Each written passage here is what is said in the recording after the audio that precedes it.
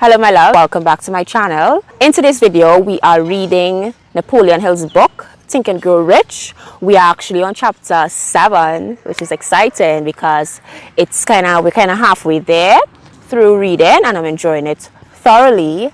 So this chapter is called Organized Planning. And when I think about organized planning, I think about strategizing. I think about, all these steps to get you from where you are to where you want to be, and personally I love planning. I just love planning events, planning my birthday, planning every freaking event I could get to plan. I'm like obsessed with it. I love that. So I'm excited to see what this chapter is all about. If you're new here, welcome to Purpose with Angelina. I am here to guide you to your purpose by using spirituality and practical self-development tools. I'm so excited to have you here. So let's get into this book. Let's organize planning, the crystallization of desire into action, the 6th step towards riches. You have learned that everything man creates or acquires begins in the form of desire. That desire is taken on the first lap of its journey from the abstract to the concrete into the workshop of the imagination, where plans for its transition can be created and organized. In chapter 2, you were instructed to take 6 definite practical steps as your first move in translating the desire for money into its monetary equivalent. One of these steps is the foundation of a definite practical plan or plans through which this transformation may be made. You will now be instructed how to build plans which will be practical. A. Ally yourself with a group of as many people as you may need for the creation and carrying out of your plan or plans for the accumulation of money. Making use of the mastermind principle described in a later chapter. B. Before forming your mastermind alliance, decide what advantages and benefits you may offer the individual members of your group in return for their cooperation. No one will work indefinitely without some form of compensation. No intelligent person will either request or expect another to work without adequate compensation, although this may not be always in the form of money. What they're saying there is, in your mastermind, each individual must have an advantage of being in the group. They must be given some type of benefit, and it may not only be in the form of money. C. Arrange to meet with the members of your mastermind group at least twice a week and more often if possible, until you have jointly perfected the necessary plan or plans for the accumulation of money. Maintain perfect harmony between yourself and every member of your mastermind group. If you fail to carry out this instruction to the letter, you may expect to meet with failure. The mastermind principle cannot obtain where perfect harmony does not prevail. No individual has sufficient experience, education, native ability, and knowledge to ensure the accumulation of a great fortune without the cooperation of other people. So that reminds me of like when people say, self-made, I'm self-made, which is kind of impossible because you need people to have success. Every plan you adopt in your endeavor to accumulate wealth should be the joint creation of yourself and every other member of your mastermind group. You may originate your own plans, either in whole or in part, but see that those plans are checked and approved by the members of your mastermind alliance. If your first plan fails, try another. If the first plan which you adopt does not work successfully, replace it with a new plan. If this new plan fails to work, replace it in turn with still another, and so on, until you find a plan which does work. I love that. Right here is the point at which the majority of men meet with failure, because they lack their persistence in creating new plans to take the place of those which fail. The most intelligent man living cannot succeed in accumulating money, nor in any other undertaking without plans which are practical and workable. Just keep this fact in mind and remember, when your plan fails, that temporary defeat is not permanent failure. It may only mean that your plans have not been sound. Build other plans. Start all over again. Temporary defeats should not mean only one thing: the certain knowledge that there is something wrong with your plan. Millions of men go through life in misery and poverty because they lack a sound plan through which to accumulate a fortune. Your achievement can be no greater than your plans are sound. Planning the sale of personal services. Intelligent planning is essential for success in any undertaking designed to accumulate riches. Here will be found detailed instructions to those who must begin the accumulation of riches to sell by selling personal services. It should be encouraging to know that practically all the great fortunes begin in the form of compensation for personal services or from the sale of ideas. What else except ideas and personal services would one not possess of property have to give in return for riches? Most leaders begin as followers. Broadly speaking, there are two types of people in the world. One type is known as leaders and the other as followers. Decide at the outset whether you intend to become a leader in your chosen calling or remain a follower. The difference in compensation is vast. The follower cannot reasonably accept the compensation to which the leader is entitled, although many followers make the mistake of expecting such pay. It is no disgrace to be a follower. On the other hand, it is no credit to remain a follower. Most great leaders begin in the capacity of followers, but they become great leaders because they were intelligent followers. With few exceptions, the man who cannot follow a leader intelligently cannot become an efficient leader. The man who can follow a leader most efficiently is usually the man who develops into leadership most rapidly. An intelligent follower has many advantages, among them the opportunity to acquire knowledge from his leader. I remember in school, right? I would have this kind of control over the class always. If I want us to be quiet and just do work, we would do that. If I want us to be loud and be disruptive, we would do that, you know. And when I do that, one time they took me to talk to the counselor, right? And the teacher was there and the counselor was there, and they were like, the teacher was like, you know, whatever she says, you know, they do it, you know, and they follow. And then they were like, you're a leader, you're a leader. Use that for good. Use that leadership abilities for good, you know, lead the class to do good things, you know. And I was just like, what? So yeah, the major attributes of leadership. The following are important factors of leadership.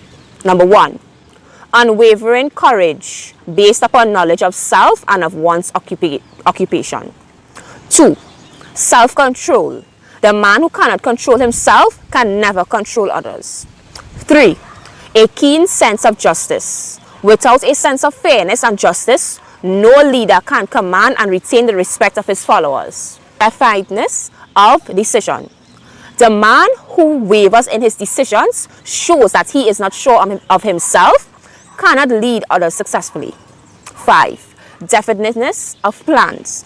The successful leader must plan his work and work his plan. A leader who moves by guesswork without practical definite plans is comparable to a ship without a rudder. Sooner or later, he will land on the rocks. 6, the habit of doing more than paid for.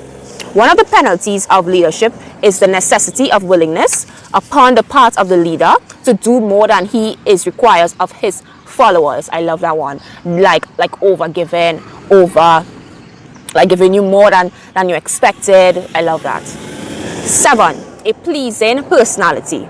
No sloven, careless person can become a successful leader. Leadership calls for respect. Followers will not respect a leader who does not grade high on all of his factors of a pleasing personality. 8, sympathy and understanding. 9, mastery of detail. 10, willingness to assume full responsibility.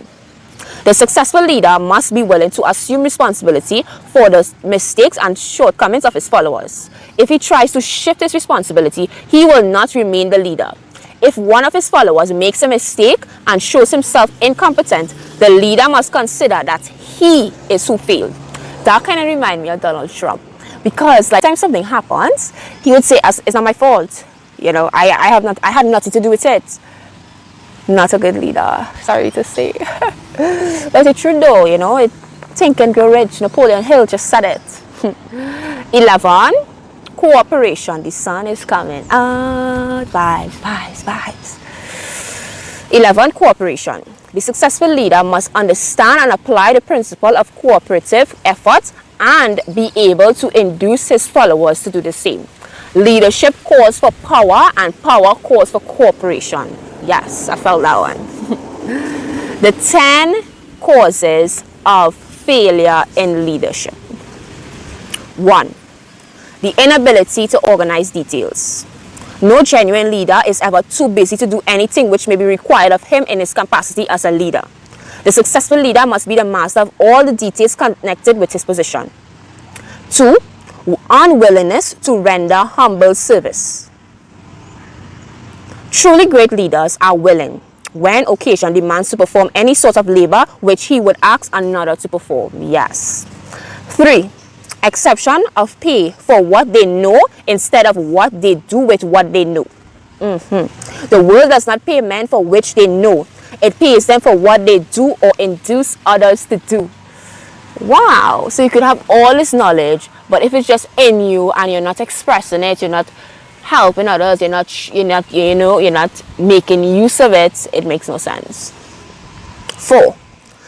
Fear of competition from followers. The leader who fears that one of his followers may take his position is practically sure to realize that fear sooner or later.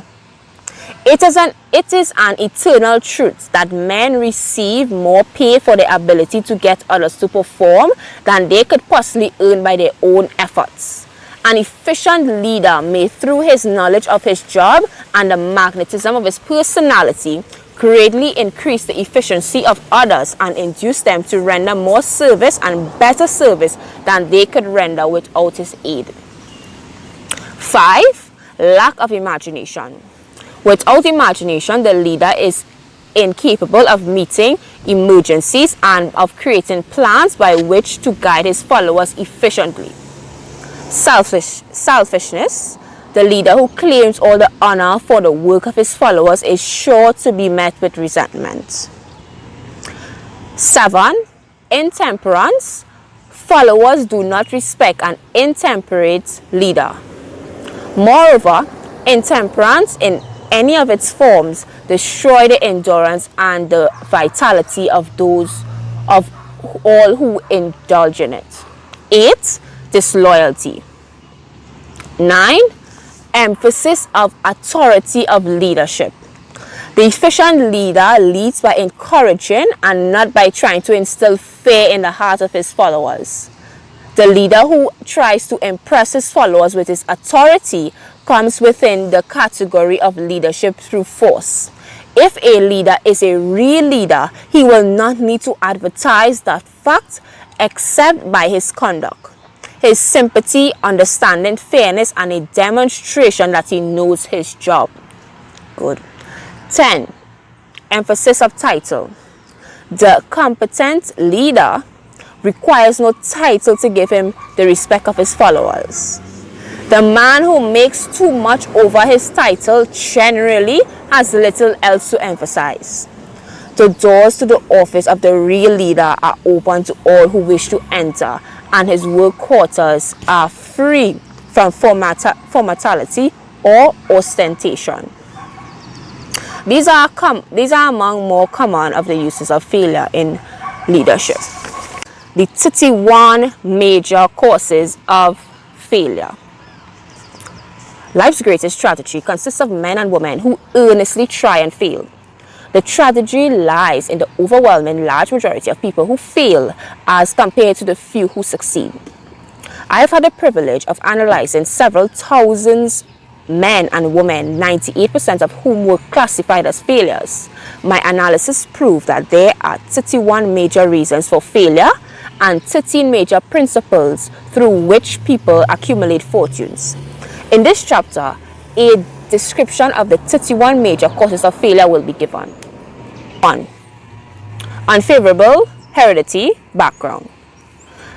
There is but little, if anything, which can be done by people who are born with a deficiency in brain power. This philosophy offers but one method of bridging this weakness through the aid of a mastermind. So what he's saying is that if you don't have a lot of brain power, where you see yourself kind of deficient, this is where the mastermind would be to your advantage. 2. Lack of a well-defined purpose in life. There is no hope of success for the person who does not have a central purpose or a definite goal to which to aim. 98 out of every 100 of those whom I have analyzed had no such aim. Perhaps this was the major cause of their failure. Yo, that's what this channel is all about. Finding your purpose. What is your aim? What is your goal? What is your mission? What do you want of this life? What can you give to this world? What does this world need from you? How can you help it?